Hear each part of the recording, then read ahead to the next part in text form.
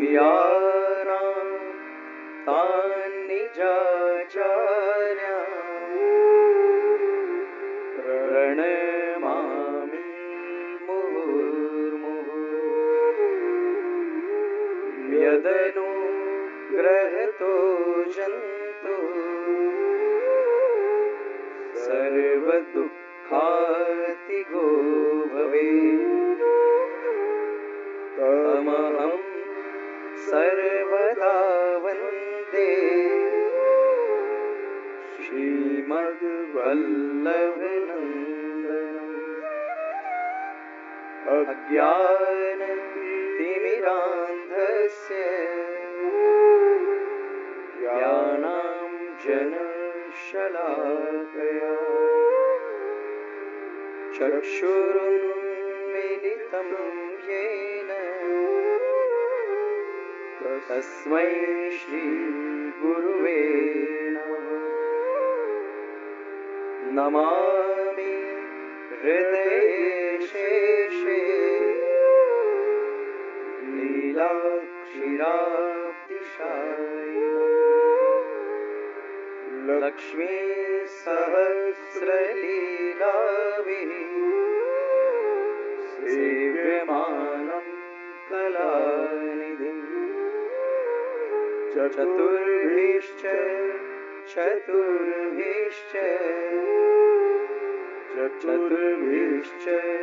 त्रिभिस्तथा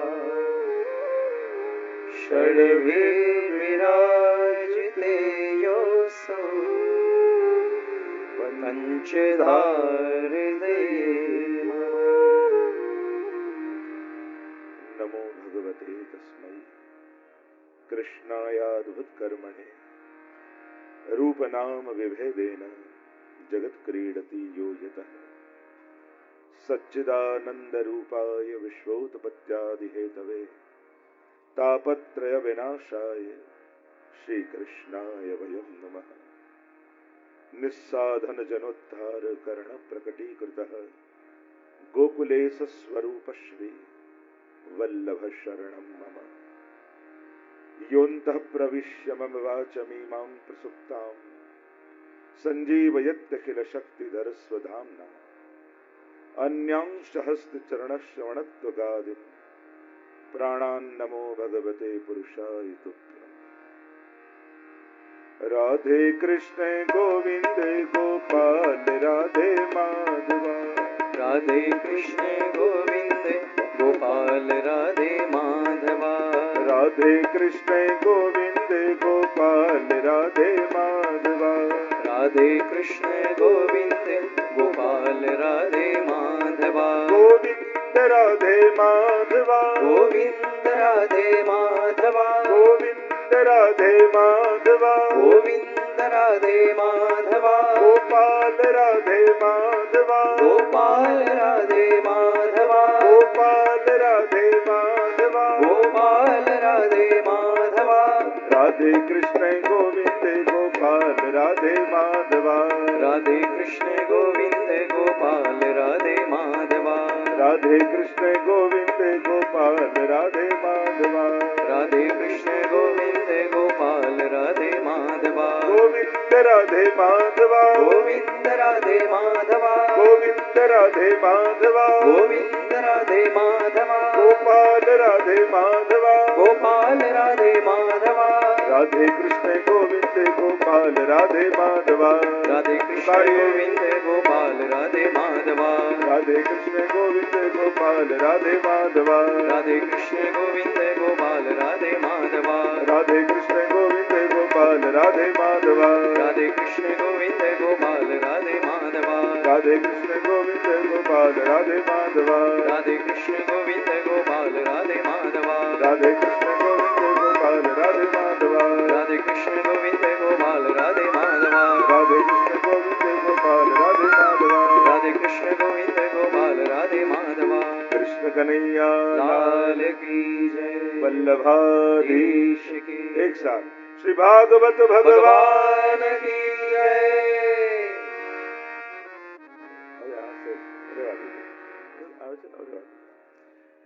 अत्र उपस्थित આ સમગ્ર સમાયોજનના મુખ્ય મનોરથી પરિવાર એવા દીપકભાઈ પરીખ અને એમનો સમગ્ર કુટુંબ, સમગ્ર પરિવાર એવં ઉપસ્થિત સર્વે ભગવદીય શ્રોતાજનો, લગભગ 2 વર્ષ અગાઉ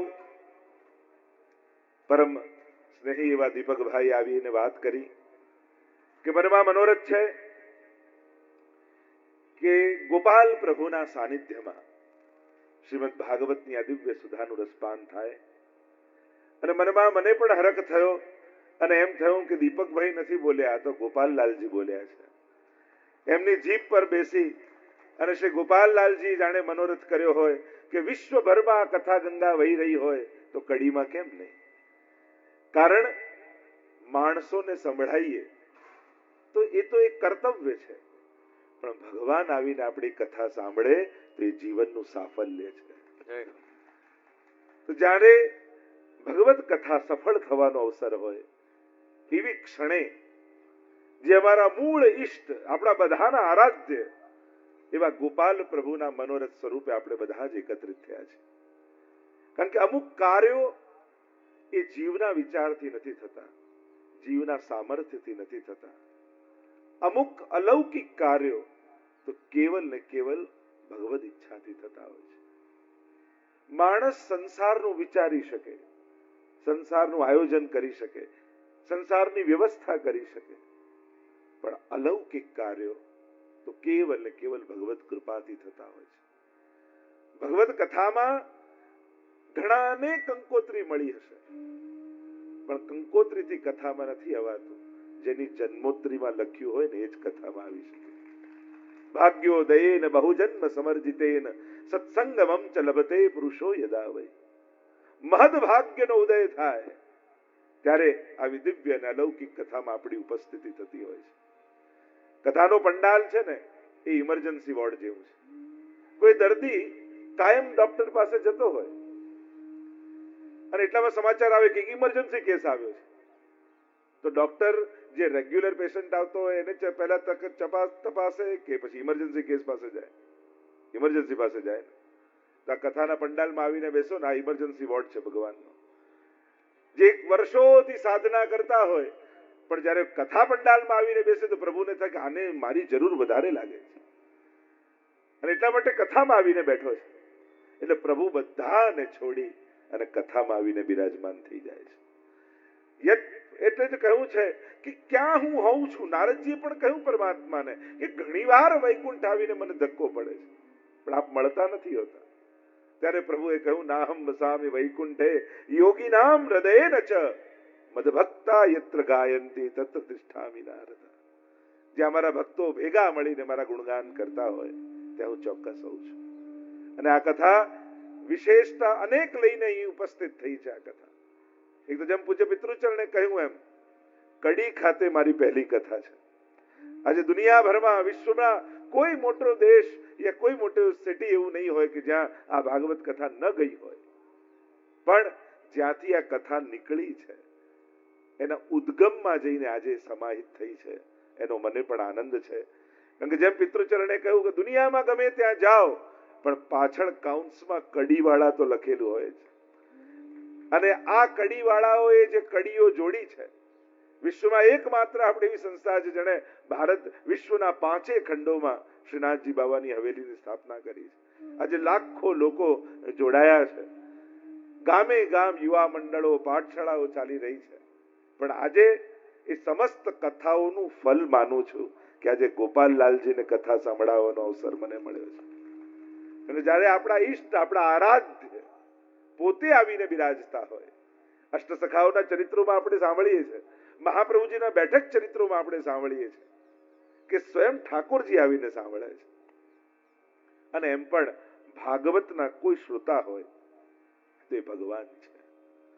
જીવનનું સૌથી મોટું પુણ્ય કોઈ હોય તો શ્રીમદ ભાગવત છે. વૈષ્ણવી જીવનની સાફલ્યતા, સાર્થકતા કસાથી સિદ્ધ થતી હોય તે શ્રીમદ ભાગવત છે. સ્વયં મહાપ્રભુજીનું ભૂતલ પર આવવાનું મુખ્ય કારણ કોઈ હોય તે શ્રીમદ ભાગવત છે. આજે સમગ્ર ભારત વર્ષમાં શ્રી મહાપ્રભુજી પધારી જ્યાં જ્યાં 7 દિવસ ભાગવતજીના પારાયણ કર્યા એ સ્થાનને આપણે બેઠકજી કહીને ઓળખીએ છીએ. શ્રી ભાગવત ગૂઢાર્થ પ્રકાશન પરાયણ.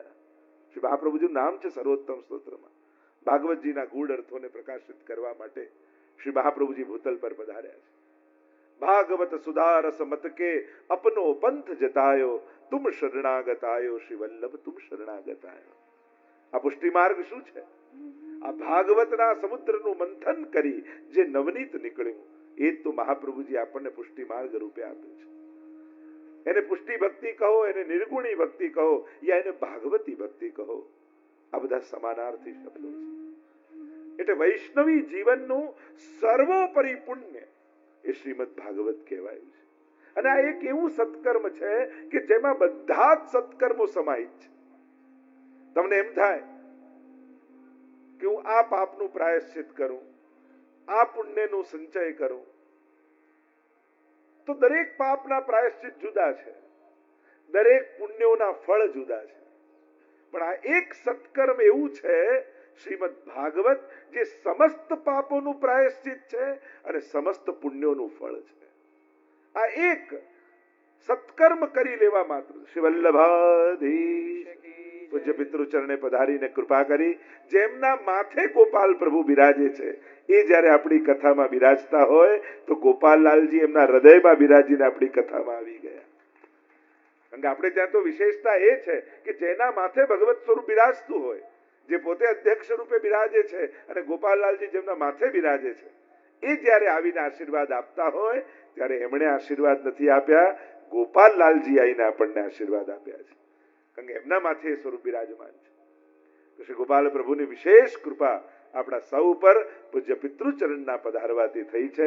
અને પાછું આ કથાના પ્રવાહમાં છેલ્લા દિવસે તો 56 ભોગ જ્યારે પ્રભુને આરોગાવીશું ત્યારે તો બધા જ બિરાજમાન થઈ અને આપણને આશીર્વાદ આપવાના છે.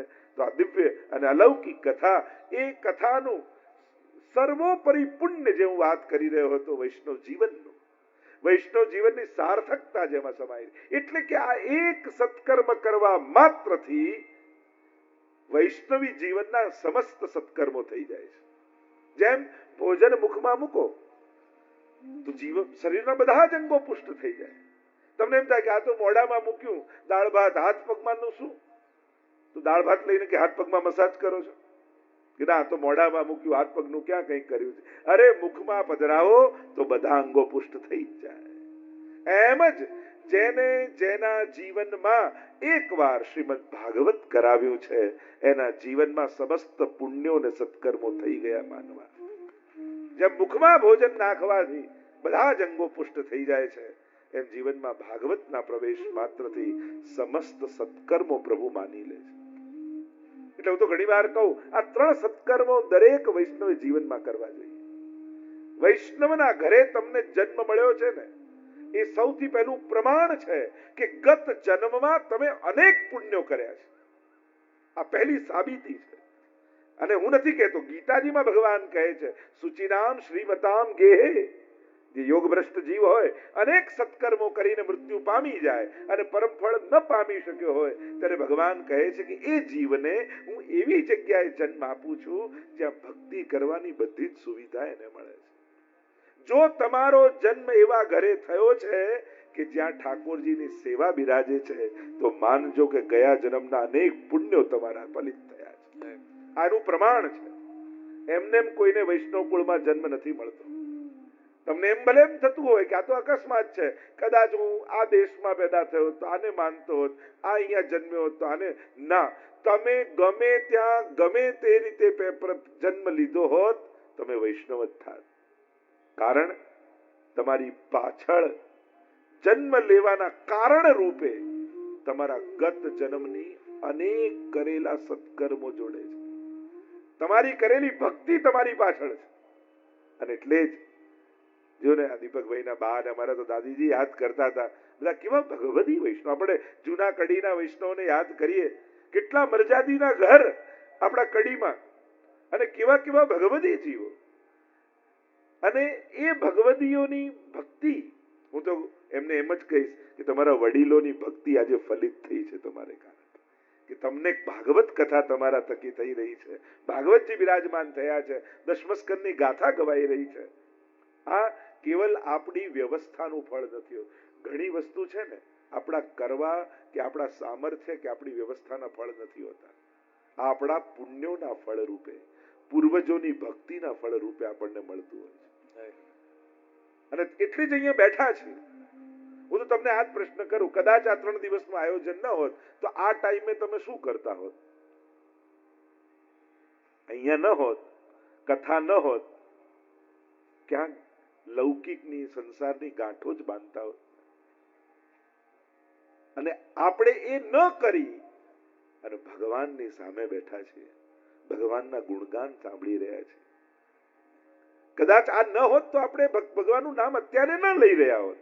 આ ટાઈમ નથી ભગવાનનું નામ લેવો. લોકોના તો ભગવાનના નામ લેવાના ટાઈમ હોય ને.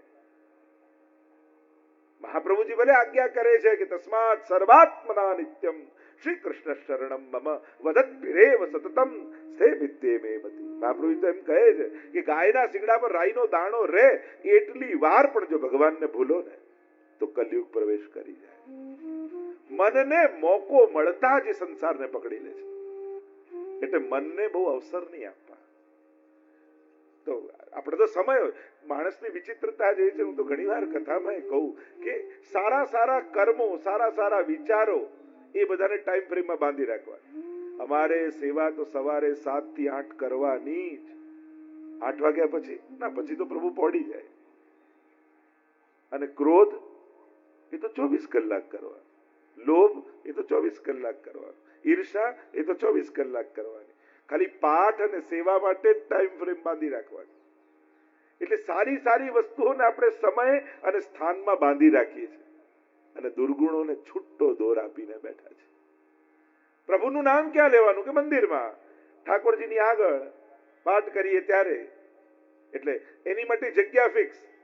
ક્રોધ માટેની કોઈ જગ્યા ફિક્સ છે? એ તો જ્યાં આવે ત્યાં કરી જ નાખવા. દ્વેષ માટેની કોઈ જગ્યા નક્કી ખરી? વિચાર કરો, પાપને કેટલા અવસરો આપણે આપીએ છીએ, કેટલા મોકા અને ચાન્સ આપીએ છીએ કે આપણા જીવનનું પતન થાય એના માટે કેટલી સુવિધાઓ આપણે આપી રાખેલી છે. અને આપણું ઉત્થાન થાય એને માટે કેટલી સીમિતતા આપણે કરી રાખી છે. ચિંતન તો કરો, વિચાર તો કરો. કલ્યાણ થાય એની જગ્યા કઈ? તો ખાલી એક મંદિર, ઘરમાં ઠાકોરજી બિરાજતા હોય.